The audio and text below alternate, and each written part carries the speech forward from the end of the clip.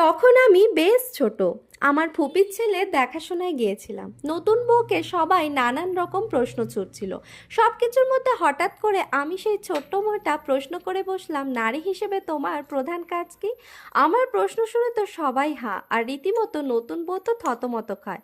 আমিও মনে মনে ভাবছি, এ কি প্রশ্ন করে বসলাম, এর উত্তর তো আমার কাছেই অজানা। বন্ধুরা, সেদিন অজানা থাকলেও আজ কাঁচের মতো সেই উত্তরটা আমার কাছে স্পষ্ট। আমাদের প্রধান কাজ ধৈর্য ধারণ করা বা সহ্য করা।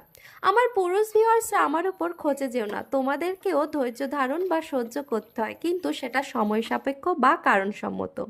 যেমন অফিসের এক কর্মচারী বিনা কারণে বসের কাছে ঝাড় খেলো, সে সেটা মুখ বুজে সহ্য করে নেয় যাতে তার প্রমোশনটা না আটকে যায়।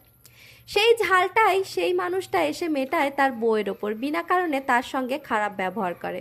একটা নতুন বউকে নতুন সংসারে ঢুকে নানান রকম কথা সহ্য করতে হয়, নানান রকম মানুষের নানান রকম ব্যবহার সহ্য করতে হয়। সহ্য করেই সেই নতুন বউটা সংসারের একটা মেম্বার হয়ে ওঠে। সহ্য করেই সেই নতুন বউটা নতুনভাবে সংসারটাকে আগলে রাখে। নারী হিসেবে আমাদের প্রধান কাজ হলো সহ্য করা, ধৈর্য ধারণ করা। তবেই আমরা এই জগতে খুব সুন্দর একটা সংসার করতে পারি।